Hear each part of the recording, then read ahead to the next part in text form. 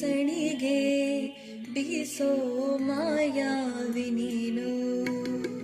ನಿನ್ನುಸಿರ ಧ್ಯಾನಿಸುವ ತೀರಾ ಸಾಮಾನ್ಯ ನಾನು.